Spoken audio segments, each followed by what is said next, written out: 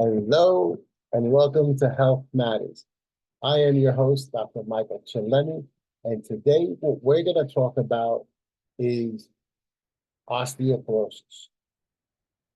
We're going to dive into what osteoporosis is, what are some of the common characteristics, and symptoms and everything else about it. So osteoporosis is a condition that is characterized by weakening bones, which are more susceptible to fractures. With that said, we're going to cover the symptoms, the causes, the diagnosis, non-invasive, and medical treatments. We'll also touch upon another related condition, which is osteoarthritis. So, what is osteoporosis? Osteoporosis is a condition where the bones themselves become very weak and brittle. Even mild stresses like bending and coughing can make them fracture. And little things like that are very, very dangerous to somebody with osteoporosis. Statistics, it affects millions globally, especially post-menopausal women due to hormonal changes. Some of the pathophysiology that are associated with it is bone remodeling. Normally, bones metabolism involve a balance between bone formation and by osteoblasts and bone reabsorption by osteoclasts. So when you have a disruption of balance, osteoporosis occurs. When the bone reabsorption outpaces bone formation, that leads to decrease in bone mass, therefore potential fractures. So what are some of the risk factors with osteoporosis? Age. The older you are, the more you're more susceptible to osteoporosis, especially if you're postmenopausal. Why? Because when you're postmenopausal, you decrease some of your levels of bone production, especially your testosterone and other things that are associated with bone creation, and that causes osteoporosis to spike for postmenopausal women. Typically, women are more susceptible than men due to their smaller bone structure and hormonal changes post-menopausal. Genetics, sometimes family history can increase suspects. So if you have a family history of it, it can. Dietary deficiencies, when we look at osteoporosis, not taking enough calcium and vitamin D. Life factor changes, being sedentary, sitting around all day, not doing anything. Excessive alcohol consumption and smoking can lead to increased levels of osteoporosis. So it's important to take care of ourselves, to be healthy, to be functional. So let's go over some of the common symptoms of osteoporosis. So typically osteoporosis is known as the silent disease. Silent. Why is it silent? It's silent because it doesn't typically show symptoms until a fracture occurs. However, some symptoms to watch are back pain, often caused by a fracture or collapsed vertebra. Loss of height over time. You shrink as you got older. This can generally become unnoticed. Stoop position, meaning you're bent over, and you get that dowager's hump in the back. Those are the things to look out for. Bone fractures occurs so much easier. So the common causes of osteoporosis, like you said, is linked to a variety of different factors. So age, bone density peaks in your early 20s and start to decline as you age. So the more you age, the faster you have the ability to decrease and therefore spike in your bone development. Hormonal changes, especially in women, again, postmenopausal, due to the low estrogen levels. Lifestyle, when we talk about lifestyle, we're looking at lack of physical activity, excessive alcohol consumption, smoking. Those are all the things that are associated with osteoporosis. What are some of the medical conditions, such as rheumatoid arthritis or malabsorption conditions? Long-term corticosteroid use and specific drugs can increase the levels of osteoporosis. So when you have certain medications that you take that can change your body's biochemistry. And when you change your biochemistry, you can affect your bone absorption. Diet, again, we talked about this a little earlier. Lack of calcium and lack of vitamin D can definitely change what's happening with your bone development.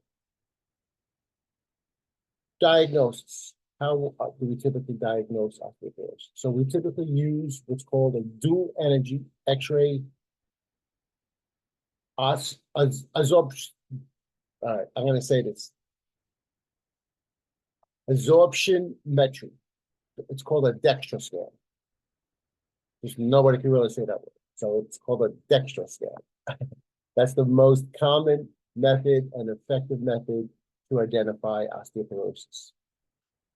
Bone turnover markers measured in blood or urine also can be something that we want to look at. So how do we typically diagnose it? Typically, medical exam, history, physical exam. Those are the big things that we're going to want to look at for osteoporosis. So does osteoporosis have stages? Yes, it does.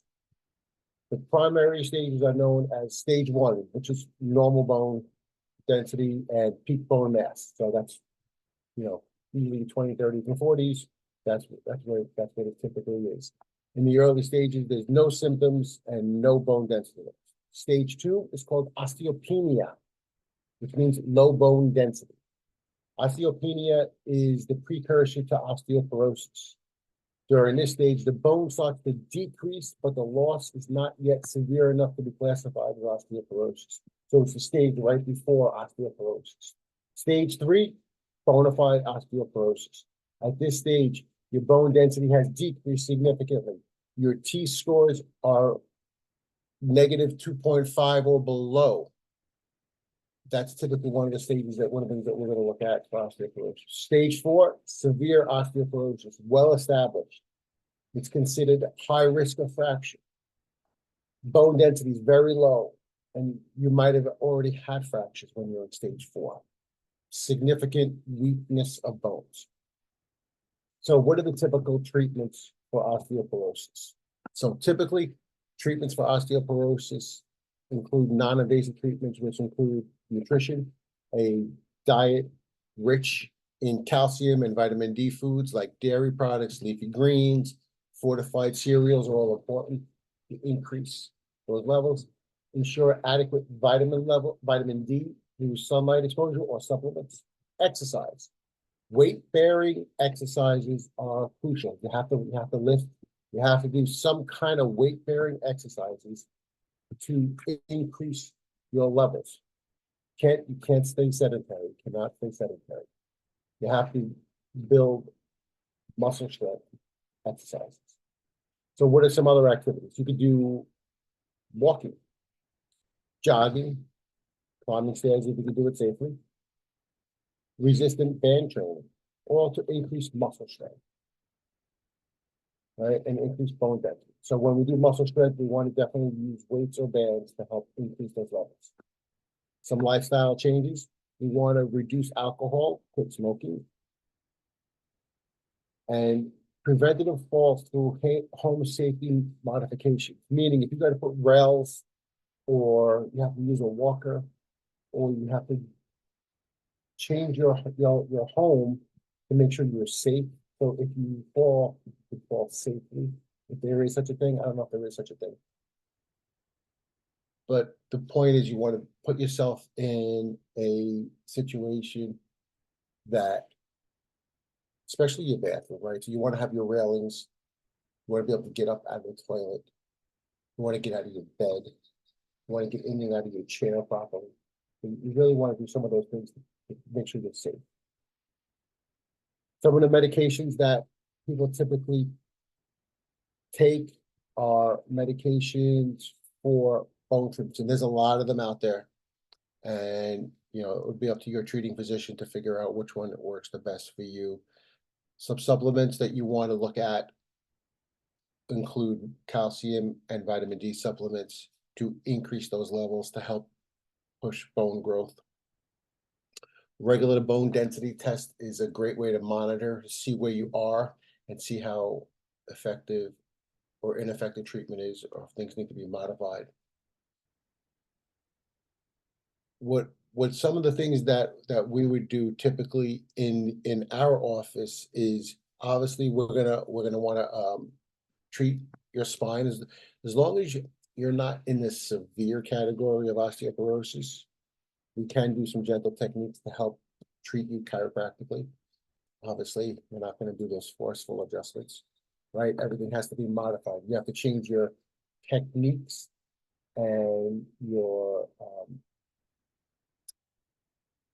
different approaches to somebody with osteoporosis. I'm going to treat that patient differently than somebody who does not have it, right? You have to change your techniques. So we do that in our office. We do physical therapy focusing on strengthening around the muscles of your spine and your legs. This way you help function better. We'll definitely talk about some of the nutritional counseling,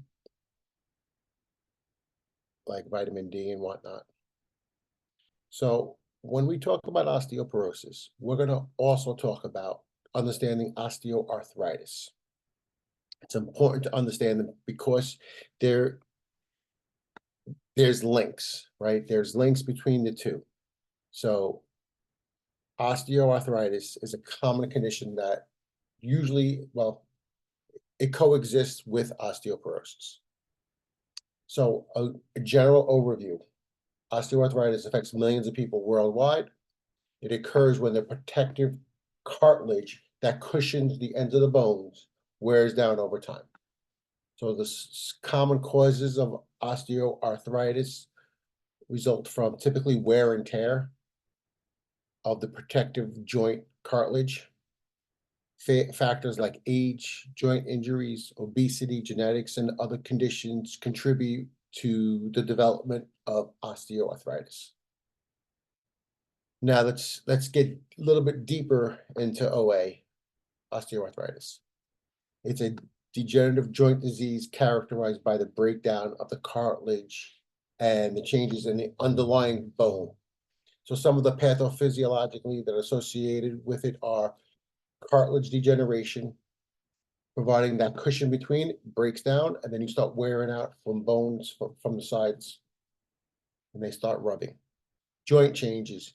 The bone under the cartilage reacts by growing thicker, forming bone spurs, or what's called osteophytes. Risk factors: age, more common in older adults. Same thing as osteoporosis. It's more common in women than men, especially after menopause. Genetics, family history of OA can increase the risks. Joint injuries. Even osteoarthritis years later can be affected. Obesity. Excessive weight can put stress on your joints and cause pain and problems. Occupation. Jobs that have repetitive motions for the bending and lifting can increase your OA. So typically, osteoarthritis is a gradual onset and typically is slow to develop and it worsens over time. So typically painful joints, especially when like bending your knees or bending your shoulders or hips, they typically can feel painful, especially after some slight motions. You could also notice some stiffness, especially after awakening, when you wake up out of bed, or if you've been sitting in the chair for a while and trying to get up, you can't move. It's really painful. Tendinous joints might feel tender when you touch them. They might feel painful. Decrease in motion. So when you go to move, your ability to move is severely decreased. So feelings of joint popping, cracking, or other sounds are typically associated with osteoarthritis. Bone spurs, like we said, when the bone gets thicker, it can form bone spurs. It'll also feel like maybe a hard lump. Sometimes you can have swelling in there. You could have hot red tissue from the inflammation. How to diagnose OA is clinical evaluation, physical exam, x-rays, MRIs, joint fluid analysis tests. So what are some of the treatments for osteoarthritis? One of the things you're going to do is lifestyle adoption, right? Change some of the things you do. Exercise, low impact, aerobic, muscle strength, weight bearing exercises, joint loaded exercises to work on your joints, right? So similar to osteoporosis, these are both weight bearing. You have to lift a little bit. You don't have to be a bodybuilder, but you have to do something, right? So whether that's 1 pound, 2 pounds, 3 pounds, whatever you're comfortable with, you have to lift something, and you have to force muscle into your body, right? You have to actually work it. You know, the old saying, you don't use it, you lose it, is so true. The more you don't do, the more your body will take back. The more you do, the more your body will give. That's kind of how we are as humans, right? So if we utilize our body and we're pushing our body, your body will react. And usually it'll help you, right? Listen, obviously there are situations and different things that cause you not to, but if you push yourself, you can. Typically, some of the medications for osteoarthritis are pain relievers, NSAIDs, and there's a whole bunch of them. Sometimes you could use joint support as well, like a brace. But I want to talk about now is osteoporosis and osteoarthritis. Are they linked? Right? Are they linked? So let's go over this real quick. Osteoporosis is characterized by weak and brittle bones that increase with fractures. So I've said that a bunch of times, so you should understand that's what it is now. Common in aging people and postmenopausal women. Now, osteoarthritis, on the other hand, is a degenerative joint disease. So it's the joint in between where the cartilage or the cushioning wears out over time, leading to joint pain and stiffness. There's a co-occurrence with osteoporosis and osteoarthritis. Osteoporosis, systemic disease affecting the bone mass, bone density, leading to brittle bones, where osteoarthritis is localized joint disease involving the cartilage, degeneration, and bone remodeling. Some of the symptoms and progression: osteoporosis, often asymptomatic until you have a fracture, and then you're very symptomatic.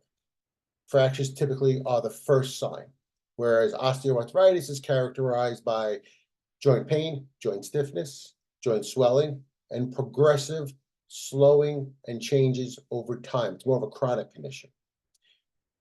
Prevalence and age factors. Okay, so both osteoporosis and osteoarthritis are common in older adults, especially postmenopausal women, which therefore leads to a certain degree of overlap between the two. And age is definitely a big part of it. However, they involve different tissue and different mechanics, right? So osteoporosis affects the bone density, while osteoarthritis affects the joint cartilage. Mechanism and interactions. Research suggests mixed findings. Some studies indicate that individuals with osteoarthritis may have a higher bone density, which theoretically could lower the risk of osteoporosis. But other studies have found that certain inflammatory processes common in osteoarthritis contribute to bone loss and therefore increase the levels of osteoporosis.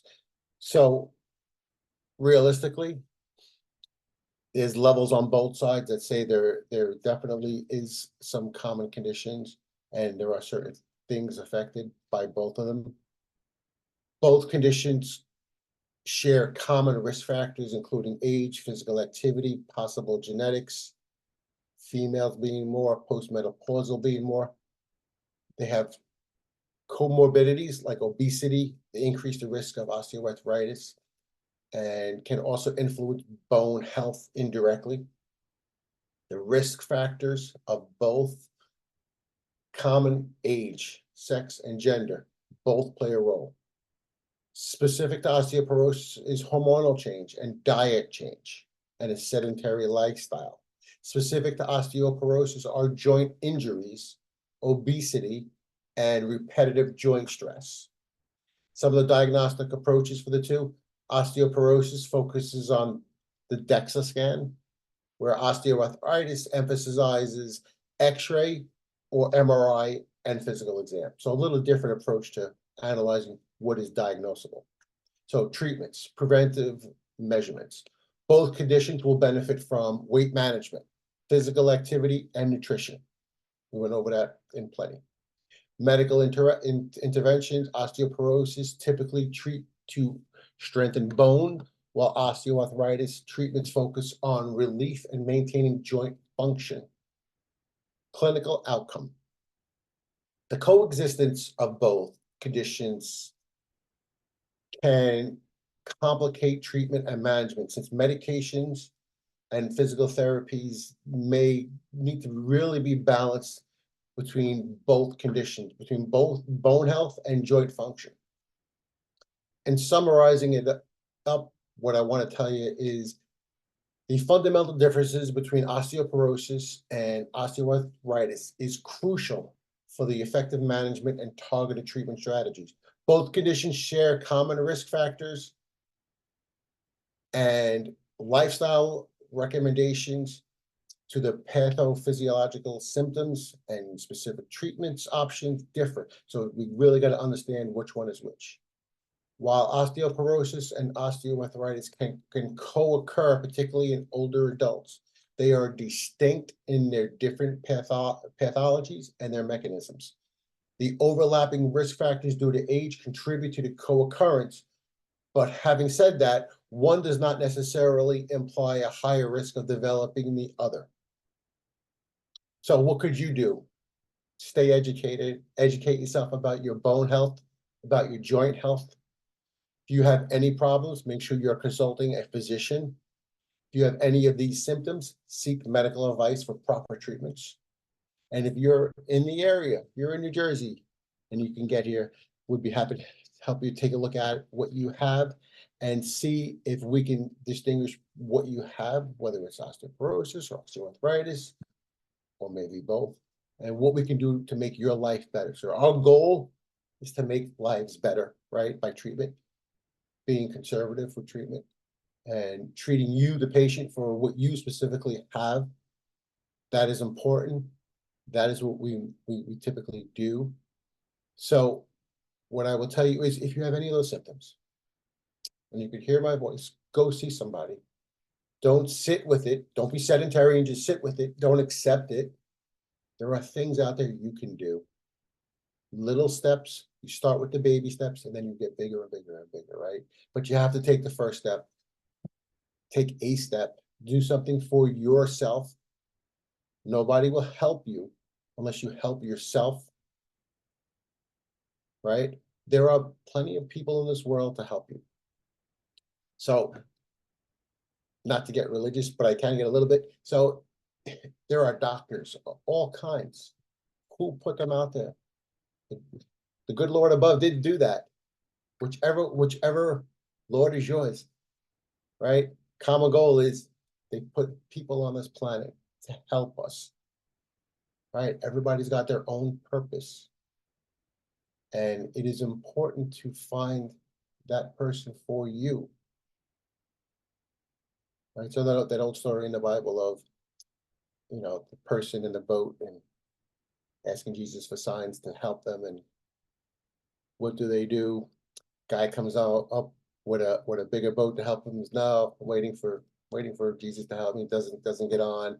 Helicopter comes down, drops the ladder. Nope, doesn't get on. Another boat passes by. No, wait.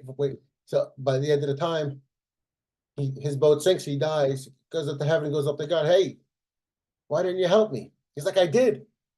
I sent you boats. I sent you helicopters. I sent you another boat. You didn't listen. So the point is, there are things out there that we as people have to find, because there are answers out there. Don't just accept and sit in the boat and wait for your boat to sink without having an answer, right? Don't be at the bottom of the ocean when there are boats going by you or helicopters trying to give you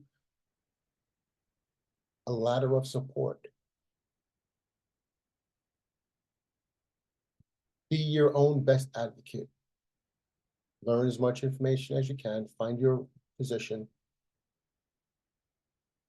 and do the best you can. So as I always end these opinions are my opinions and my opinions alone. These are not medical advice. This is just my opinion, my information from what I believe. You have to do whatever you think and consult a physician in your area to help determine what is your condition. This information is not to diagnose, treat in any kind. You must seek a professional for that opinion. As always, I wish you health and wellness, because function and health is all you have. And guess what? Your health matters. Have a great day.